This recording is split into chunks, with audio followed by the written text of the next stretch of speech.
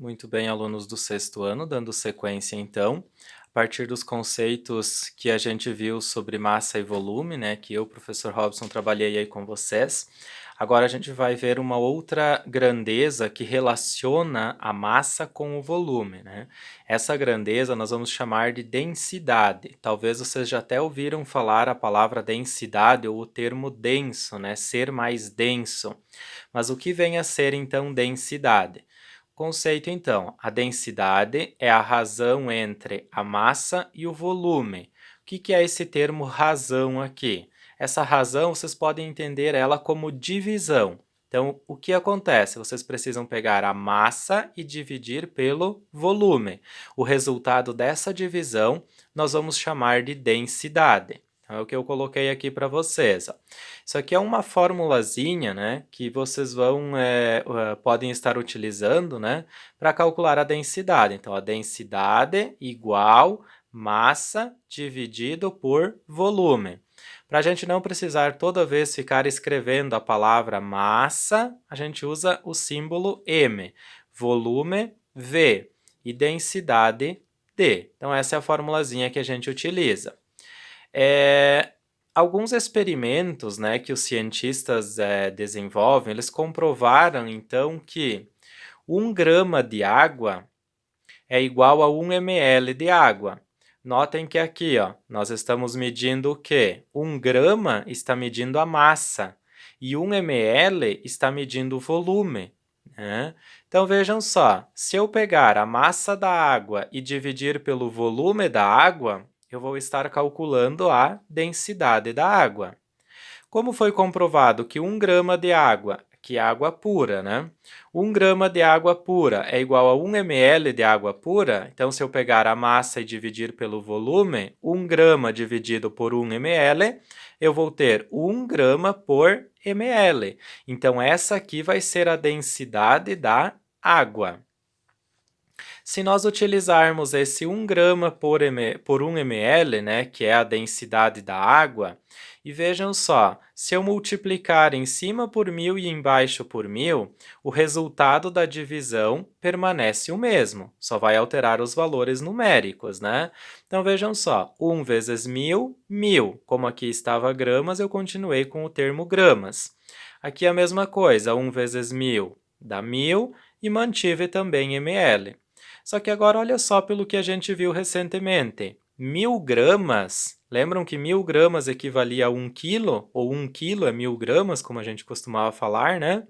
E 1 litro são quantas mls? 1000 também. Então, ao invés de eu escrever 1000 gramas, eu substituí por 1 quilo, e ao invés de escrever 1000 mls, eu substituí por 1 litro.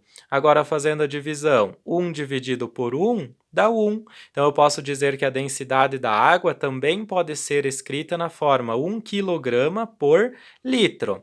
Tanto faz aqui a unidade de medida que vocês vão estar utilizando, tá ok? Outros materiais, né, a partir de experimentos que os cientistas realizavam, eles também descobriram, né, determinaram o valor da densidade. Trouxe alguns exemplos aqui para vocês verem. Então, a partir desses experimentos, ó, o couro seco, a densidade dele foi de 0,86 gramas por ml. Diamante, a densidade foi 3,51 gramas por ml. Ferro, 7,87 gramas por ml. Esses dados aqui vocês sempre encontram nos livros de vocês, né? Ou se vocês pesquisarem na internet, vocês encontram tabelas onde constam esses valores das densidades. Vocês não precisam se preocupar em querer memorizar, decorar eles, tá ok?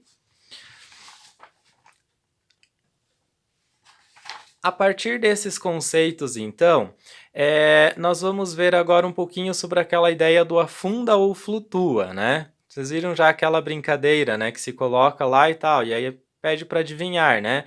E aí, afunda ou flutua? Né? E a pergunta é, quando vai afundar e quando vai flutuar? Será que isso tem alguma relação com a densidade das substâncias? Afundar e flutuar, na maioria das vezes, né, nas atividades que são feitas, é feito um líquido e um sólido, né? Então vejam só, na maioria dos casos, inclusive, utiliza-se a água, né? Será que tem a ver com a densidade dessas substâncias? E aí fica a pergunta para vocês me responderem e refletirem aí um pouquinho. Minha resposta é: tem sim, tá? Fiz um pequeno desenho aqui para justificar, para explicar isso, como acontece isso para vocês, então. Então, imaginando que vocês têm um recipiente, né, com água ali até uma certa altura. Aqui é uma rolha, né, feita de cortiça. A densidade da cortiça é 0,32 gramas por ml. A densidade da água, a gente já viu, né, que é 1 grama por ml. E aqui eu coloquei um bloco de ferro, né, dentro aí. O ferro ele tem densidade de 7,87. Se a gente realizar esse experimento, a gente vai perceber justamente isso, que o ferro vai afundar na água e a rolha, que é a cortiça, ela vai flutuar na água. E aí a pergunta para vocês é: por que a cortiça flutuou e por que o ferro afundou? Quem quiser pausar o vídeo aí e responder a pergunta, pode pausar, tá? Antes da resposta aí do professor. Então vejam só, a pergunta era: por que a cortiça flutuou e o ferro afundou? Justamente por causa da densidade. O ferro, ele é mais denso, então ele afunda na água. E a cortiça, ela é menos densa do que a água, então ela vai flutuar, ok? Qual a relação com corpos ocos e corpos maciços? Por exemplo, se a gente pegar uma bola de ferro oca no interior dela, será que ela vai afundar na água?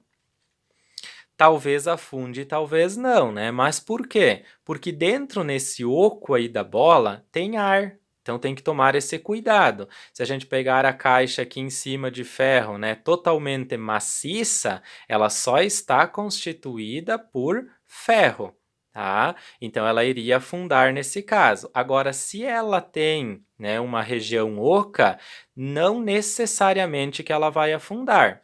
Se vocês colocarem, né, imaginar aqui a seguinte situação: se vocês colocarem um copo, né, com o, vou utilizar aqui o termo de boca para baixo, né? O que que acontece? Será que ele vai afundar na água se você soltar ele aqui sobre a superfície? Provavelmente não. Por quê? Porque dentro dele tem ar. Agora, se você colocar ele, né, com a abertura aqui, com a boca para cima, o que que vai acontecer? Ele vai encher de água. Aí, automaticamente, o vidro ele tem uma densidade maior do que a água, ele vai afundar. Então, por isso, tem que tomar muito cuidado. E isso aqui vai ficar como uma tarefa para vocês, na página 141 do livro, ler aquele texto que fala: por que os navios de ferro não afundam? E a partir disso aqui tentar justificar e entender aquilo que aparece escrito lá para vocês, tá ok? Outra coisa que vocês precisam cuidar é o seguinte: a densidade do ferro aqui, por exemplo, a gente falou que é 7,87. Agora, a partir do momento que eu tenho uma mistura de substâncias puras, como por exemplo, se misturar ferro e ouro, a densidade não continua mais sendo 7,87. Então, para as substâncias puras, elas têm uma densidade fixa, constante.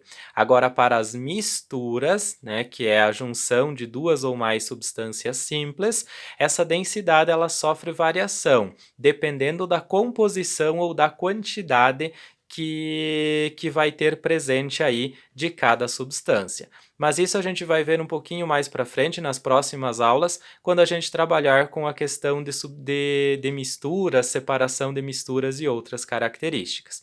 Por enquanto é isso então.